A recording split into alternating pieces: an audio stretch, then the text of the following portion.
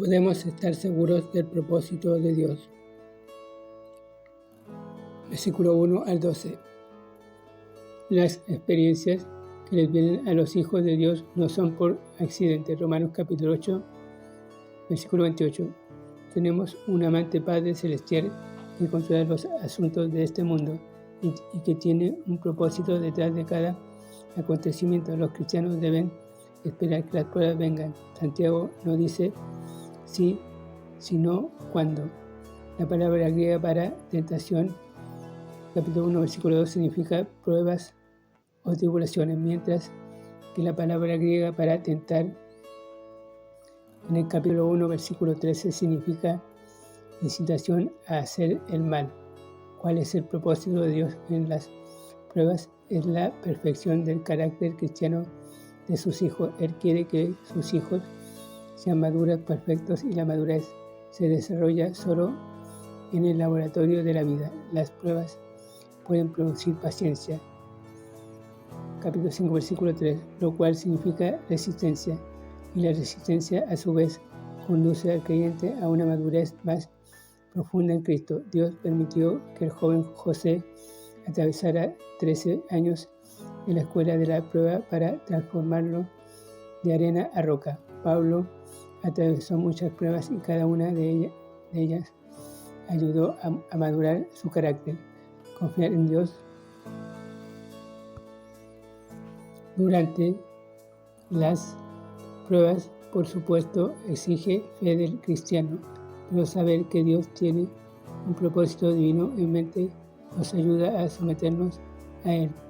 En los versículos 5 a 8, Santiago analiza esta cuestión de fe, según se expresa en la oración.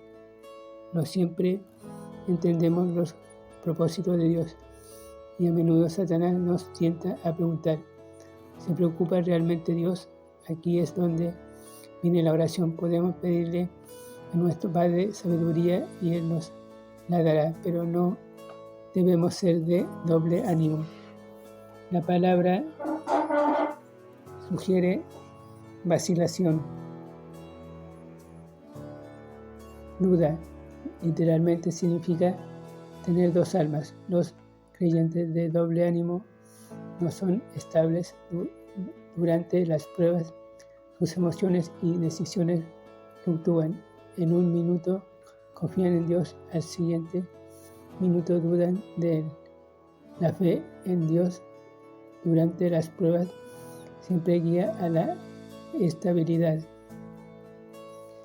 Veas en 1 Pedro capítulo 5, versículo 10. Tanto el rico como el pobre adoraban en las iglesias a las cuales Santiago escribió. 1 Pedro capítulo 2, versículo 1 al 9 y capítulo 5, versículo 1. Y recalcó que las pruebas benefician a ambos grupos. Las pruebas harán que el pobre recuerde que es rico en el Señor y que por consiguiente no puede pedir nada. Las pruebas le recuerdan al rico que no se atreva a vivir por sus riquezas o a confiar en ellas. El versículo 12 es una hermosa bienaventuranza y promesa para que la reclamemos en tiempos de pruebas y tentaciones. Podemos estar seguros de la bondad de Dios. Versículos 13 al 20. Muchas personas parecen tener la idea de que, debido a que Dios es bueno, no debería permitir que su pueblo sufra o sea tentado.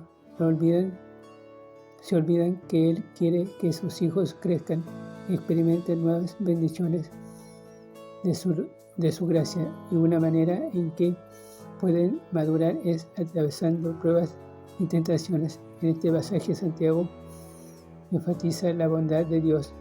Advierte a los cristianos respecto a rebelarse en contra del tiempo de prueba.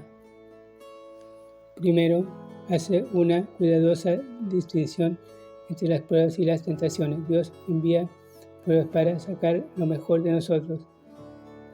Véase Abraham, Génesis capítulo 22, versículo 1. Pero Satanás envía tentaciones para sacar lo peor de nosotros. Los creyentes no deben decir que Dios los tienta, porque las tentaciones brotan de nuestra misma naturaleza. Describe el nacimiento del pecado. La iniciativa de afuera genera el deseo lujurioso por dentro. La concupiscencia concibe y da luz al pecado, y el pecado trae muerte. Las palabras traído y seducido, versículo 14, son términos de cacería. Forman una imagen del cazador o pescador que usa la carne para atraer a su presa. Luego Santiago recuerda a estos creyentes que Dios solo da buenas dádivas a estas y estas proceden del cielo. Dios es luz, su bondad no parpadea como alguna estrella distante. Somos los hijos de Dios. Él nos engendró mediante su palabra y somos las primicias de sus criaturas, la muestra de lo que seguirá a la venida de Cristo. Romanos capítulo 8, versículo 23. Por consiguiente, los cristianos no deben apresurarse a hablar ni a quejarse cuando vengan las pruebas.